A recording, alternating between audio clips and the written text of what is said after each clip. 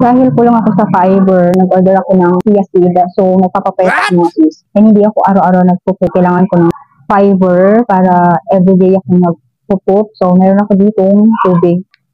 Yung chia seed, dalawa, buy one take one. 108 pesos lang siya. Sa mga nahihirapan mag-poop araw-araw, try niyo itong chia seed. Maraming benefits to. Hindi lang siya pang papayat, pang tanggal siya ng bilbil, malaking bilbil. Pansinin niyo lahat ng mga slimming coffee or mga pampapayat, meron kayong makikitang chia seed na ingredients ng mga iniinom ninyo. Kaya naman ito effective talaga siya. Effective niya sa mga nagpapapayat. Meron ako ditong kutsara. Yan, isang ganito lang. Ito, ang ganyan lang siya.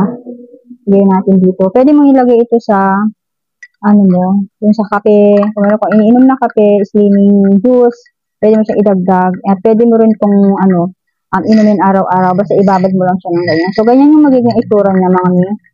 Ayan. Dahil sobrang napapansin ko, malaki na naman yung pusin ko, and napapansin ko rin na 2 days na akong hindi nakaka-poop ngayon. At pwede mo siyang ihalo sa gatas o fresh siya for me.